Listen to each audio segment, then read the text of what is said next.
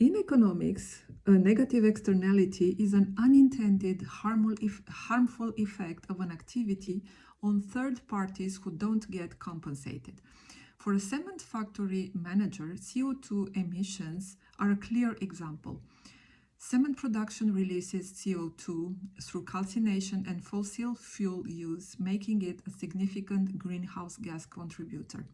While the factory covers its direct costs, society bears the environmental and health impact, creating a negative externality as these costs aren't reflected in the cement price. Carbon markets help address this issue by internalizing these costs through a price on CO2 emissions. Factories now factor emissions into their expenses, incentivizing reductions to avoid higher costs.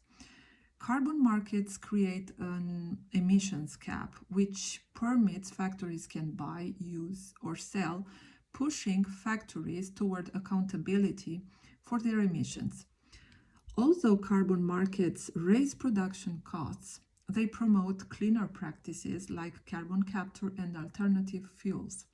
However, for these markets to be effective, carbon prices must be high enough to encourage emissions reductions investment. When prices are too low, companies may simply buy extra permits rather than reduce emissions. Governments can aid this transition with subsidies for cleaner technologies and tax breaks. Economists argue that the socially efficient outcome occurs when the pollution cost equals its societal impact. Carbon markets guide industries towards this balance, but achieving it requires accurate pricing, innovation, and strong regulations.